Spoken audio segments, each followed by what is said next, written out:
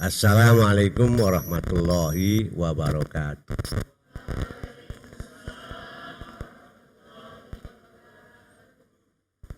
Bismillahirrahmanirrahim. Alhamdulillahilladzi arhamana bil ilmi wassihah. Wassalatu wassalamu ala Rasulillah Sayyidina Muhammad ibn Abdillah wa ala alihi wa ashabihi wa man tabi'ahu bi ihsanin ila yaumil qiyamah, amma ba'd. Para mahasiswa dan mahasiswi yang dirahmati Allah, alhamdulillah kita bersyukur kehadirat Allah Subhanahu wa taala dalam mengawali suatu pembicaraan itu.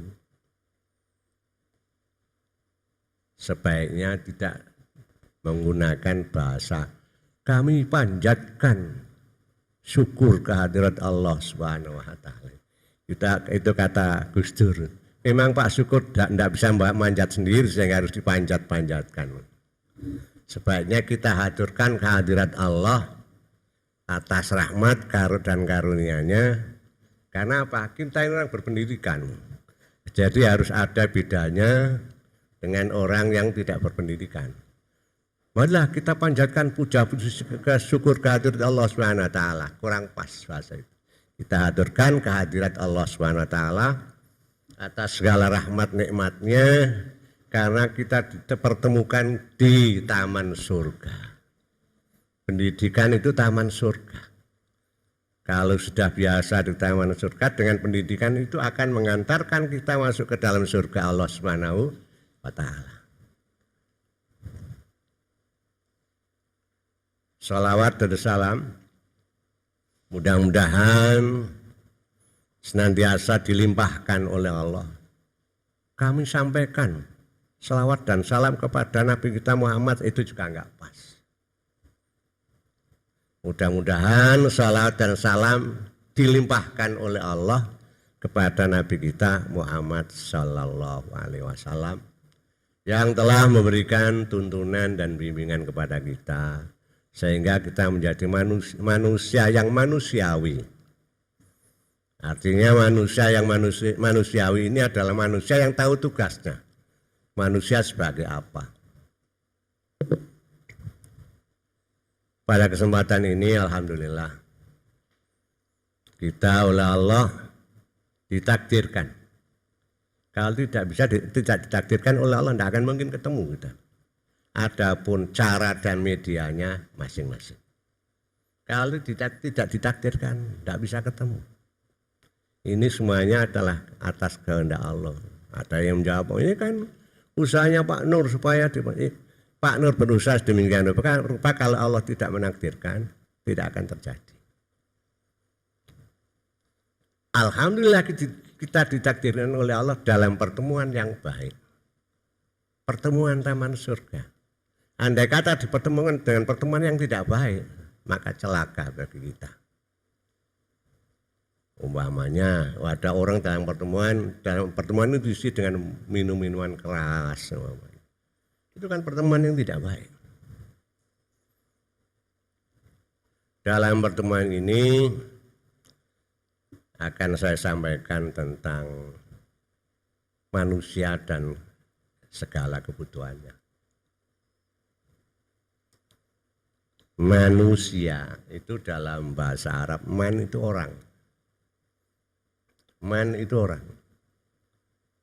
Nusia diberi sifat lupa.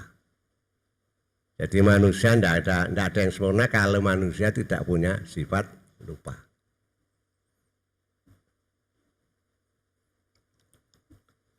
Oleh karena itu sering diberikan tausiah, peringatan karena manusia pelupa.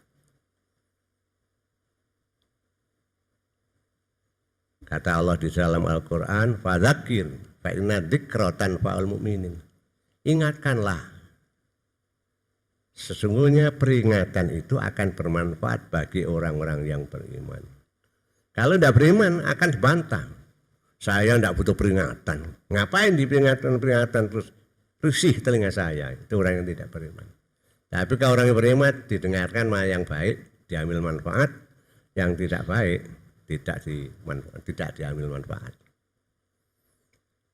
Manusia terdiri dari dua unsur, ada rohani dan ada jasmani. Rohani manusia ini, roh manusia ini diciptakan oleh Allah sebelum ada dunia. Rohani atau roh kita semua ini bersamaan dengan rohnya Nabi Adam. Roh kita ini diciptakan oleh Allah bersamaan dengan anak cucu kita yang jauh dari kelahiran kita. Sudah saling mengenal. Kita ini sudah pernah saling mengenal di alam dan namanya alam arwah. Manusia mengalami beberapa alam. Ada alam arwah, di sana hidupnya hanya rohani. Kemudian ditemukan oleh Allah di rahim ibu berada di alam arham. Ini mulai rohani dipertemukan dengan jasmaninya manusia itu sendiri. Di alam arham sekian bulan. Kemudian dipindahkan ke alam dunia. Ya, sekarang ini kita sampai pada alam yang ketiga. Sudah di alam dunia, maka berlanjut akan berakhir kehidupan kita di dunia yang disebut dengan mati. Maka kita masuk alam kubur. Di alam kubur ada masalah, di dunia juga ada masalah. Di kandungan juga ada masalah. Apakah di dalam kandungan lahirnya nanti pakai sesar atau normal? Masalah. Tidak ada orang hidup tanpa masalah. Di dunia bermasalah. Apa kebutuhannya tercukupi atau tidak masalah. Apa keinginannya terpenuhi atau tidak masalah. Itu dia masalah. Kemudian alam berikutnya adalah alam kubur. Juga ada masalah. Apa yang dilakukannya dipermasalahkan oleh para malaikat di alam kubur. Kemudian di alam mahsyar, alam terbuka. Seluruh umat manusia dari Nabi Adam sampai pada manusia yang terakhir dikumpulkan. Di alam mahsyar kemudian berlanjut kepada alam akhirat. Yang ada surga dan neraka. Di alam akhirat, di alam mahsyar dipisahkan manusia yang masuk surga dan manusia yang masuk neraka. Jadi pisah nanti. Yang menjadi bahasan saya adalah ketika kita berada di alam yang ketiga, di dunia ini. Alam di dunia ini manusia berada pada dua dimensi. Dimensi kebaikan dan keburukan. Manusia terdiri dari roh dan jasad. Roh dan jasmani berkumpul jadi satu. Kedua hal ini saling membutuhkan. Kedua hal ini mempunyai kebutuhan. Rohnya membutuhkan ketenangan. Jasadnya membutuhkan termenuhi kebutuhannya. Makan, sandang, pangan, panggonan. Ini kebutuhan jasmani. Tiga hal yang diperlukan. Sandang, pangan, panggonan kalau menurut bahasa Jawa. Yaitu pakaian, makanan, dan tempat tinggal. Dalam mencari kebutuhan jasmani di dunia ini, memang juga dianjurkan oleh Allah di dalam surat Al-Qasas, wabtaghi bima atakallahu darul akhirata wala tansa nasibaka minad dunya. Dan diperintahkan oleh Allah, wala tansa nasibaka fid dunya. Jangan lupa kebutuhan hidup di dunia ini. Kebutuhan hidup itu dicapai dengan bekerja. Kalau di dalam hadis diterangkan, ikmal lidunyaka ka'annaka ta'isyu abada. Carilah kebutuhan hidup ini seolah-olah kamu akan hidup selamanya. Memang dimotivasi oleh Al-Quran dan hadis kita ini harus berusaha mencari kebutuhan hidup jasmani. Coba itu dilihat pada surat Al-Qasas ayat 76 sampai 78. Tolong di HP masing-masing. Surat Al-Qasas 77 sampai 78. 76 78. Ada ketemu? Al-Qasas ayat 76 sampai 78. A'udzu billahi minasyaitonir rajim. Bismillahirrahmanirrahim.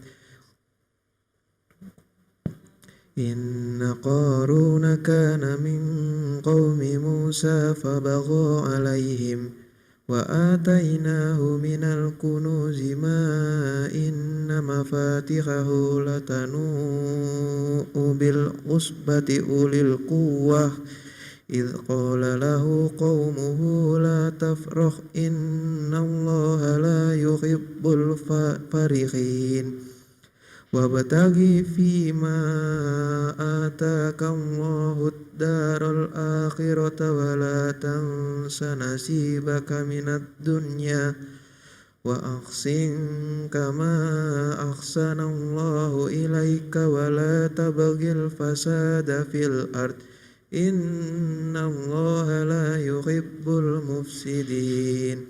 Qala innama utituhu ala ilmin indi awalam ya'lam anna Allaha qad ahlaka min qabli minal quruni man huwa ashaddu minhu quwwatan wa aktharu jam'a wala yus'alu an dzunubihimul mujrimun.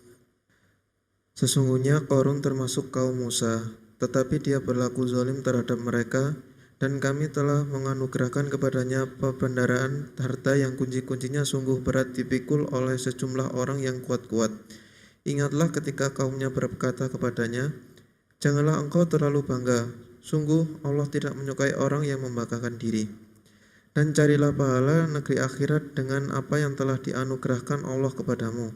Tetapi janganlah kamu lupakan bagianmu di dunia dan berbuat baiklah kepada orang lain sebagaimana Allah telah berbuat baik kepadamu. Dan janganlah kamu berbuat kerusakan di bumi. Sungguh Allah tidak menyukai orang yang berbuat kerusakan. Dia Qarun berkata, sesungguhnya aku diberi harta itu semata-mata karena ilmu yang ada padaku. Tidakkah dia tahu bahwa Allah telah membinasakan umat-umat sebelumnya yang lebih kuat daripadanya dan lebih banyak mengumpulkan harta. Dan orang-orang yang berdosa itu tidak perlu ditanya tentang dosa-dosa mereka. Itulah suatu kisah nyata. Al-Quran itu kisah nyata yang terjadi pada zaman Nabi Musa. Nabi Musa ini anak seorang bapak yang bernama Imron. Imron itu punya adik yang namanya Yashur. Yashur ini punya anak yang namanya siapa tadi? Siapa? Qarun. Jadi Qarun ini saudara sepupu dengan Nabi Musa. Qarun ini hafal kitab Taurat. Perjanjian lama, orang lain menyebutnya kitab Taurat perjanjian lama. Hafal. Orangnya saleh. Tapi suatu ketika karena semangatnya kerja, kemudian dengan mendapatkan hasil yang banyak, dia keluar dari kesalehannya menjadi orang yang tidak soleh. Seolah-olah apa yang didapatkan dari usahanya sendiri. Tidak menyadari bahwa itu adalah pemberian Allah. Karena menganggap keberhasilan itu dari dirinya sendiri bukan dari Allah. Sehingga dia menjadi orang yang sombong. Ini hasilnya kalau mau kerja semangat, saya ini jangan seperti kamu, malas. Jadi semua ini usaha saya bukan dari Allah. Jadi menjadi ingkar pada Allah. Semakin ingkar oleh Allah, semakin diberi istidraj.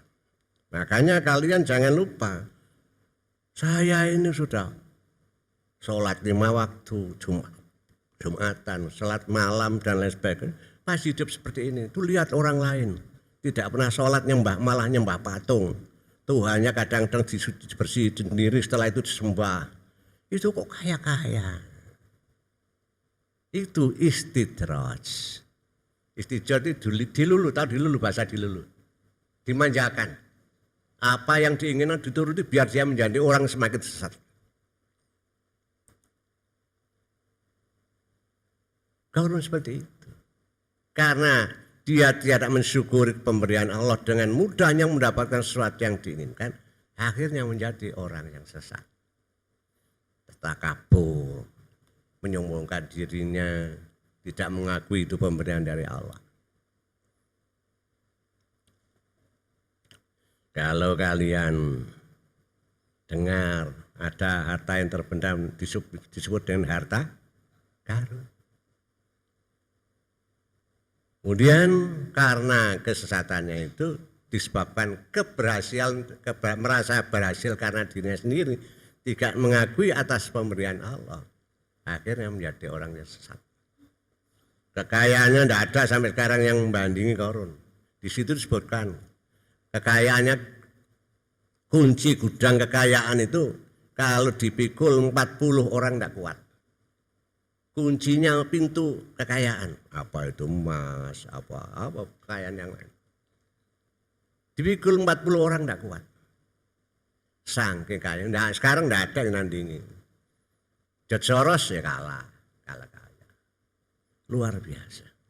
Jadi manusia itu kalau berusaha dengan semangat, dia semakin sesat, semakin istidraj dimanjakan Allah, dibiarkan biar sesat, nanti sekalian masukkan ke dalam neraka biar tahu rasanya.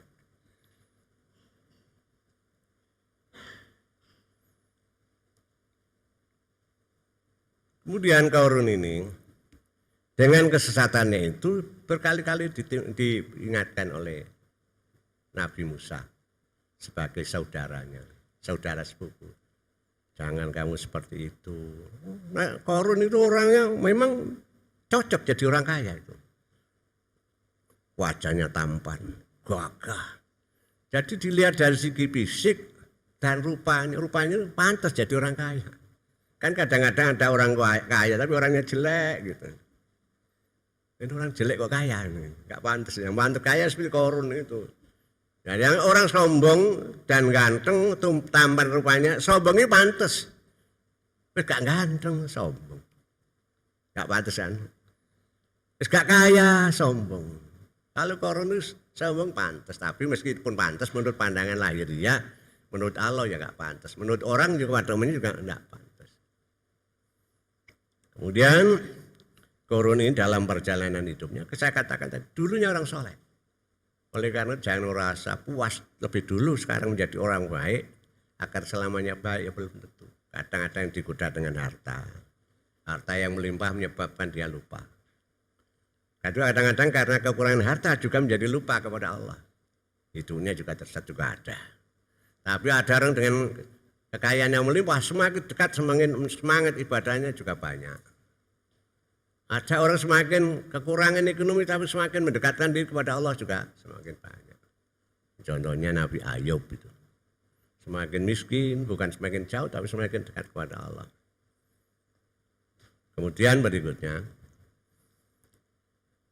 Qarun itu diperingatkan oleh Nabi Musa. Kamu jangan sombong, carilah harta itu untuk ibadah kepada Allah. Saya ibadah kepada Allah. Saya kekayaan dari hasil jerih payah sendiri. Kemudian pada akhirnya Nabi Musa mengingatkan kami kekayaan melimpah ruah agar kamu mengeluarkan zakat dari kekayaanmu itu. Saya ini kaya sendiri, ketika saya miskin tidak ada orang bantu saya, setelah kaya Pak minta harta saya dibagi-bagian gratis. Akhirnya tidak mau. Pada akhirnya singkat riwayatnya Qarun ini disiksa oleh Allah dengan ditenggelamkan seluruh harta bendanya karena tidak mau membayar zakat. Zakat itu adalah kewajiban yang harus dikeluarkan bagi orang yang sudah punya kemampuan. Kalau tidak mengeluarkan zakat, yang khawatir. Nanti yang nagih itu Allah, bukan manusia. Allah kalau sudah nagih semuanya habis. Saya seperti Korun itu. Ditagih oleh Nabi Musa nggak mau mengeluarkan zakat, Allah yang nagih. Cara menenggelamkan ke dalam bumi. Jadi seluruh harta kekayaannya, kemudian termasuk Korun juga ditenggelamkan ke dalam. Oleh karena itu, segala sesuatu yang kita punya, yang kita miliki harus disyukuri. Syukuri bahwa ini adalah anugerah Allah. Caranya ya macam-macam. Apa dikeluarkan infaknya atau sedekahnya, apa dikeluarkan zakatnya dan seterusnya. Itu satu kisah nyata. Dalam Islam tuh bukan fiksi. Raja Fir'aun, Raja Namrud, Korun, terkaya di dunia, tidak ada bandingnya sampai sekarang ini. Ditenggelamkan oleh Allah ke dalam bumi. Karena apa? Dia asalnya orang soleh, menjadi orang yang ingkar, menjadi orang yang sombong. Akhirnya oleh Allah dicabut kesombongannya dengan ditenggelamkan ke dalam bumi. Maka setiap ada cerita menemukan barang di bumi, katanya harta, bisa juga terjadi kemungkinan begitu. Karena pada tahun-tahun yang lalu, pada nabi-nabi yang terdahulu kan, bumi ini kan sering banjir. Bumi dibalik ketika zaman siapa itu kaum Ad. Bumi dibalik oleh Allah. Jadi orang-orangnya, penduduknya tertindih oleh bumi. Bisa terjadi. Pada zaman kaum Samud, mereka harus selamat. Mereka menyembuhkan diri di gunung-gunung. Jadi membuat rumah di gunung supaya aman.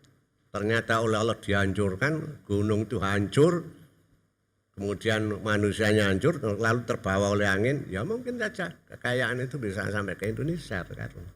Itu cara Allah menghancurkan orang-orang yang ingkar kepada Allah dan menyombongkan diri, menganggap Allah itu tidak ada arti baginya.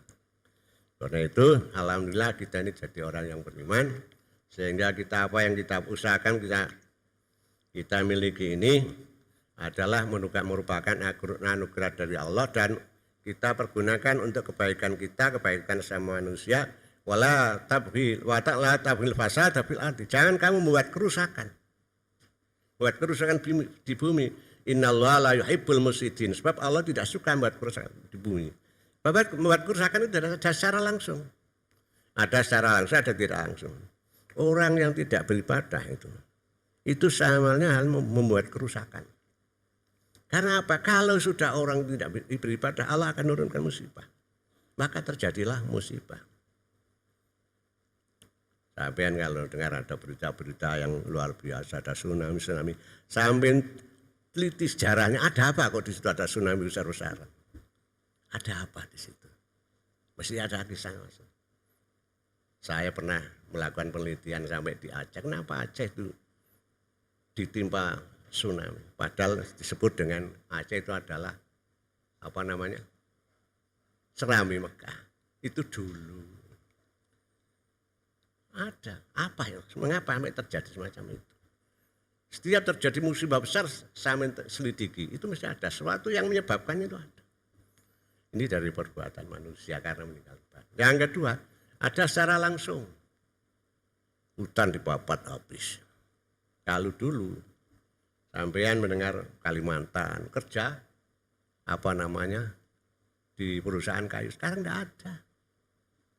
Kalimantan itu tidak ada kayu besar, habis. Kayu besar itu ada, sudah di sungai, sudah diikat dengan rantai besar, itu sudah milik cukong-cukong. Di hutan itu tidak ada. Saya keliling sampai Kalimantan sana, dekatnya Sarawak. Masih mending di Jawa. Sampai ke Banyuwangi masih ada hutan. Ke Madiun masih banyak hutan, masih rindang. Itu karena perbuatan manusia. Di Sumatera juga demikian.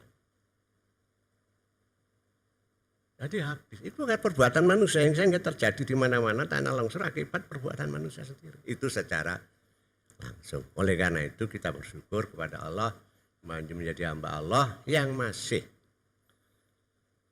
mengabdikan diri kepada Allah, yang beribadah kepada Allah, beriman kepada Allah, dan kita masih menjaga diri atau terjauhkan dari perbuatan-perbuatan yang menimbulkan kerusakan. Oleh karena itu yang saya hormati bahwa alhamdulillah kita semuanya ini dijadikan oleh Allah minimal 1 bulan atau 1 minggu sekali kita diberikan suatu tausiah atau peringatan, bahwa peringatan itu adalah sangat manfaat bagi kita semuanya. Dan alhamdulillah kita ini oleh Allah diberikan kesehatan dan diberi ilmu yang mudah-mudahan bermanfaat. Demikian, mudah-mudahan barangkali ada tanya jawab, monggo silakan. Agar pertemuan kita ini dirahmati oleh Allah, mari kita bacakan doa, yang doa ini merupakan doa Al-Quran. Bismillahirrahmanirrahim. Allahumma salli wa sallim wa barik ala sayyidina Maulana Muhammad wa sallam wa radiyallahu ta'ala barakan wa lisadatina sahabi rasulillah ajmain alhamdulillahirabbil alamin. Allahumma arhamna bil Qur'an waj'alhu lana imama wa nura wa huda wa rahmah. Allahumma zakkirna minhu ma nasina wa 'allimna minhu ma jahilna warzuqna tilawatahu ana al-laili wa atrafan nahar waj'alhu lana hujjatan ya rabbal alamin. Allahumma aslih li dinana alladhi wa ismatu amrina wa aslih li lana dunyana allati fiha ma'asina wa aslih lana akhiratana allati fiha ma'atina waj'alil hayata ziyaratan lana fi kulli khairin waj'alil mauta rahatan lana min kulli syarrin. Allahumma ij'al khaira umrana akhirahu wa khaira amalina khawatimahu wa khaira ayyamina yawma alqaka fi. Allahumma inni nas'aluka 'ishatan hani'atan wa mitatan sawiyatan wa martan ghairu mukhzin wa la fadihin. Allahumma inna nas'aluka khairal mas'alati wa khairat du'a wa khairan najahi wa khairal ilmi wa khairal amali wa khairas sawabi wa khairal hayati wa khairal mamati wa tsabbitna wa tsaqil mawazinana wa haqiq imanana wa rafa' darajatina wa taqabbal salatana wa fil khati'atina wa as'alukal ula minal jannah. Allahumma inna nas'aluka mujibati rahmatik wa azaima maghfiratik wa salamata min kulli ismin wal ghanimata min kulli birrin wal fawza bil jannah wan najata minan nar. Allahumma ahsin akibatana fil umuri kulliha wa ajirna min khizyid dunya wa adzabil akhirah. Allahumma aqsim lana min khasyatika ma tahawulu bihi bainana wa baina maksiatika wa min ta'atika ma tuballighuna biya jannataka wa minal yaqini ma tuhawwinu bihi alaina masaibat dunya wa matti'na bi asma'ina wa absarina wa quwwatina ma ahyaitana waj'alhu waritha minna waj'al tha'rana ala man zalamana wansurna ala man adana wa la taj'al musibatana fi dinina wa la taj'al dunya akbar hamina wa la mablagha ilmina wa la tusallit alaina man la yarhamuna. Rabbana atina fid dunya hasanah wa fil akhirati hasanah wa qina adzabannar. Walhamdulillahirabbil alamin. Assalamualaikum warahmatullahi wabarakatuh.